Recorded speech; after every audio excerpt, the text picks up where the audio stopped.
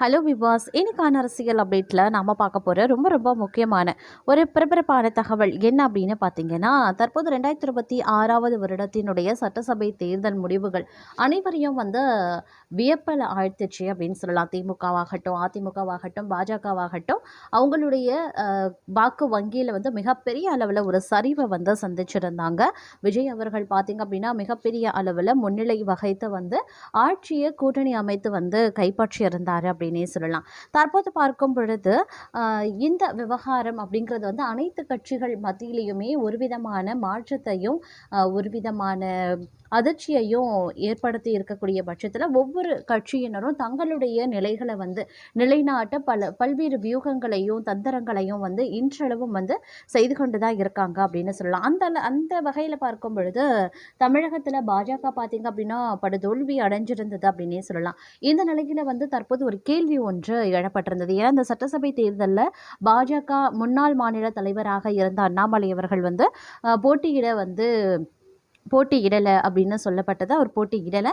But இப்போ பார்த்தீங்க அப்படின்னா அவர் தற்போது ஒரு தனி கட்சி ஆரம்பிக்கலாம் அப்படின்ற மாதிரியான ஒரு வியூகத்தை வகுத்திருக்காரு அப்படின்னு சொல்லலாம். ஏன்னா தற்போது அவர் ஒரு தனி கட்சி ஆரம்பிக்கலாமா அப்படின்ற ஒரு எண்ணத்தில் இருக்கிறதாக சில செய்திகள் வட்டமடித்து கொண்டிருக்கின்றது. இது எந்த அளவுக்கு உண்மை அப்படிங்கிறது தெரியல. இது குறித்த ஒரு எக்ஸ்க்ளூசிவ் தகவல் தற்போது கசிந்திருக்கிறது. இது தொடர்பான தகவலோடு இன்னும் பரபரப்பான அரசியல் அப்டேட்ஸை தொடர்ந்து நீங்கள் தெரிந்து பலன் பெற வீடியோவை ஸ்கிப் பண்ணாமல் கடைசி வரைக்கும் பாருங்கள். வீடியோக்குள்ளே போகிறதுக்கு முன்னாடி இது வரைக்கும் நீங்கள் நம்ம சேனலை சப்ஸ்கிரைப் பண்ணலை அப்படின்னா உடனே சப்ஸ்கிரைப் பண்ணிக்கோங்க. அப்படியே பக்கத்தில் இருக்கக்கூடிய நோட்டிஃபிகேஷனுக்கான பெல் பட்டனையும் ப்ரெஸ் பண்ணிக்கோங்க. சரி நேயர்களே, வாங்க வீடியோக்குள்ளே போகலாம்.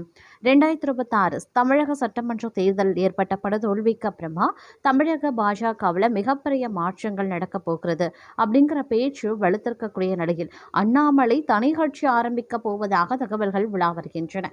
இந்த நிலையில் தமிழகம் முழுவதும் இருக்கக்கூடிய அண்ணாமலை ஆதரவாளர்கள் அண்ணாமலை பேரவை என்ற பெயரில் இயங்கி வருவதாகவும் வாட்ஸ்அப் வாரும் மூலமா அவர்களுக்கு தகவல் அனுப்பப்படுவதாக தகவல் வெளியாகியிருக்கின்றது. தமிழக பாஜகவின் குறுகிய காலத்திலேயே மிகவும் வேகமாக வளர்ந்த தலைவராக பார்க்கப்பட்டவர் அண்ணாமலை. திமுக அரசுக்கு எதிராக ஊழல் குற்றச்சாட்டுகள் வைத்து நேரடியாக கேள்வி எழுப்பியது இளைஞர்களை கவரும் வகையில் அரசியல் போன்ற காரணங்களால் அவர் தனி கவனத்தையே பெற்றிருந்தார்.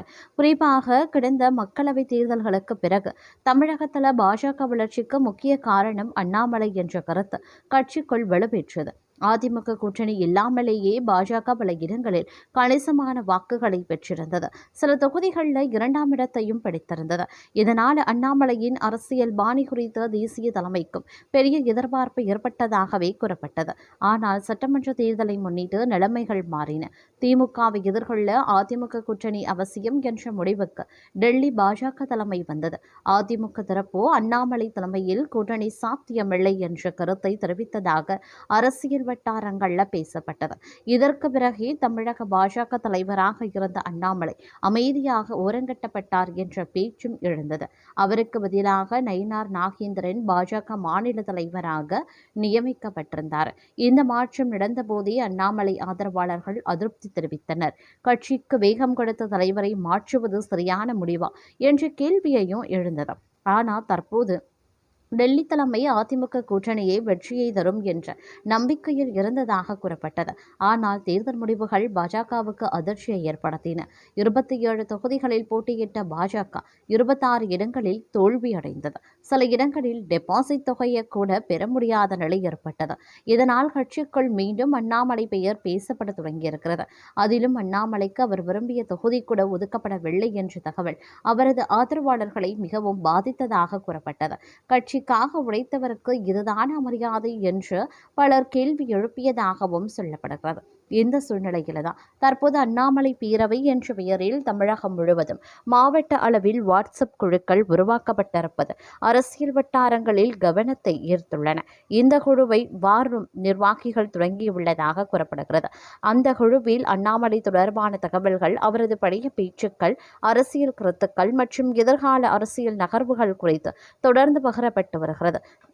இது குறித்து தகவல்களும் பார்த்திங்க அப்படின்னா வெளியாகி வந்துட்டுருக்கு அப்படின்னு சொல்லலாம். இதனால் அண்ணாமலை மீண்டும் தமிழக பாஜக தலைவராக வருகிறாரா, அவருக்கு மத்திய அரசியலில் புதிய பொறுப்பு கிடைக்குமா அப்படின்ற கேள்விகளும் எழுந்தது அப்படின்னு தான் சொல்லணும். அதே நேரத்தில் அண்ணாமலை கடந்த சில வாரங்களாக மிகவும் அமைதியாக இருப்பதும் அரசியல் கவனத்தை பெற்றிருக்கிறது.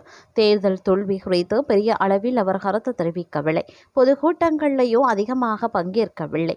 இதுவே அவரது அடுத்த அரசியல் முடிவு குறித்து பல்வேறு வியூகங்களை காரணமாக்கியிருக்கிறது. சிலர் தமிழகத்தில் பாஜக தனியாக வளர வேண்டுமெனில் அண்ணாமலை போன்ற முகம் தேவை என்று சொல்றாங்க. மற்றொரு தரப்போ அவருக்கு டெல்லி தலைமையில் முக்கிய பொறுப்பு வழங்கப்படலாம் அப்படின்னு பேசுறாங்க. ஒரு கட்டத்தில் அண்ணாமலை தனி கட்சி தொடங்கலாம் அப்படின்ற பேச்சுக்களும் சமூக வலைதளங்கள்ல பரவி வருகிறது. தற்போது அண்ணாமலை பேரவை என்ற பெயரில் குழு செயல்பட தொடங்கி இருப்பது அந்த யூகங்களை மீண்டும் கிளப்பியிருக்கின்றன. ஆனால் இதுவரை அண்ணாமலை தரப்பில் இருந்து எந்த அதிகாரப்பூர்வ விளக்கமும் வெளியாகவில்லை என்பதும் குறிப்பிடக்கூடிய ஒரு விஷயமாகவே பார்க்கப்பட்டு வருகிறது அப்படின்னே கூட சொல்லலாம். அது மட்டும் இல்லாமல் தற்போது பார்த்தீங்க அப்படின்னா நிலவரம் பாஜக வழியில் பார்க்கும் பொழுது இவ்வாறு அமைந்து கொண்டிருக்க, மற்றொரு புறமோ பல்வேறு விஷயங்களில் பார்க்கும் பொழுது ஒவ்வொரு கட்சியினரும் தங்களுடைய கட்சியினுடைய நிலைமையை நிலைநாட்ட பல்வேறு அரசியல் வியூகங்களை வகுத்து வருவதாகவே சொல்லப்பட்டு வருகிறதுங்க.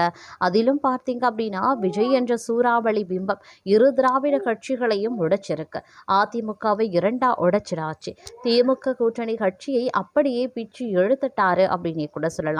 இவ்வாறாக பார்க்கும் பொழுது பல்வேறு வகையில் பார்க்கும் பொழுது விஜய் அவர்களினுடைய அரசியல் அப்படிங்கிறது மாபெரும் கட்சிகளையே சின்னாபின்னமாக்கி இருக்கிறது அப்படிங்கிற ஒரு வியூகம் பார்த்தீங்க அப்படின்னா ஒருபுறம் வட்டமடைத்து கொண்டிருக்க, தமிழ்நாட்டு அரசியல் வரலாற்றில் கடந்த அரை நூற்றாண்டு காலமாக நிலை பெற்றிருந்த இருமுனை திராவிட அரசியல் கட்டமைப்பு முதலமைச்சர் விஜய் என்னும் அரசியல் சூறாவளி தன்னுடைய அசாத்திய மக்கள் செல்வாக்காலும் தீர்க்கமான வியூகங்களாலும் முற்றிலும் தகத்தெறிந்திருக்கார் அப்படின்னு தான் சொல்லணும். தமிழக வெற்றி கழகம் என்ற புதிய அரசியல் சக்தியின் தோற்றமும் அதன் அதிரடி தேர்தல் வெற்றியும் தமிழ்நாட்டின் பாரம்பரிய அரசியல் கணக்குகளை தலைகீழா மாற்றியமைச்சிருக்கு.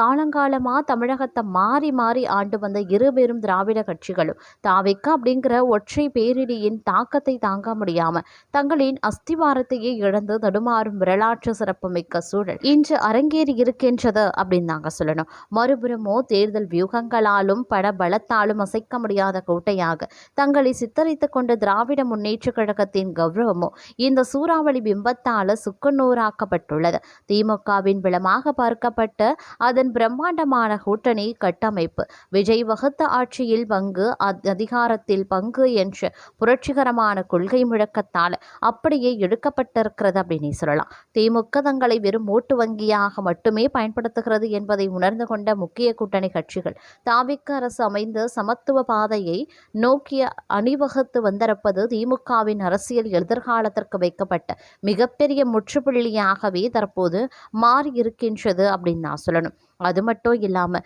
உட்கட்சி பிளவுகளால் சிதறி கிடக்கும் அதிமுகவாலையும் அல்லது கூட்டணி கட்சிகளை இழந்து தனித்து விடப்பட்டிருக்கக்கூடிய திமுகவாலையும் இனி வரக்கூடிய தேர்தல்களில் தாவிகாவின் அசுர வேகத்தை தடுத்து நிறுத்தவே முடியாது. மக்கள் ஆதரவு என்னும் இமயமலை பலத்தோடு கோட்டையில் சிம்மாசனம் ஏறியிருக்கக்கூடிய முதலமைச்சர் விஜய் அவர்களின் தாவிக அரசை எதிர்ப்பதற்கோ அல்லது சவால் விடுவதற்கோ தற்போதைய தமிழக அரசியல் களத்தில் ஆளே இல்லை என்பதுதான் மறுக்க முடியாத கசப்பான யதார்த்த உண்மையாகும்.